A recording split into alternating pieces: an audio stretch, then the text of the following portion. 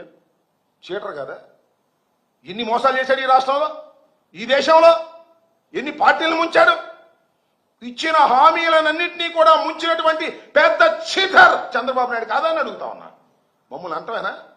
మీ cheater గురించి మాట్లాడరా?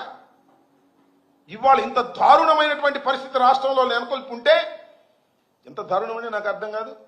Rowdyism చేస్తారు, కొడతారు, హత్యలు చేస్తారు, హత్యా ప్రయత్నాలు చేస్తారు.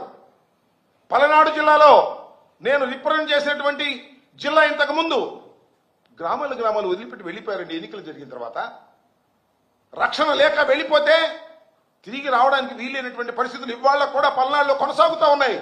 దీనికి బాధ్యులు ఎవరు? పోలీసు వ్యవస్థ కాదని అడుగుతా ఉన్నా. పోలీసు వ్యవస్థని మీ గుప్పెట్లో పెట్టుకొని ఇవాళ రౌడీజం చేస్తున్నది నారా చంద్రబాబు నాయుడు గారి ప్రభుత్వం కాదని అడుగుతా ఉన్నా. దీని మీద జగన్మోహన్ రెడ్డి గారు కామెంట్ చేశారంట.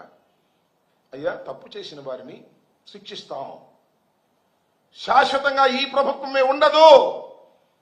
గతంలో కూడా అనేక సందర్భాల్లో చూశాం. మా ప్రభుత్వం మళ్ళా వస్తుంది, అధికారంలోకి వస్తాం, ఇవాళ తప్పు చేసిన ప్రతి వ్యక్తిని కూడా శిక్షిస్తాం చట్టపరంగా అని చెప్తే తప్పంట. దానికి ఏదేదో మాట్లాడుతున్నారు. హోంమంత్రి గారు వచ్చి మాట్లాడుతున్నారు.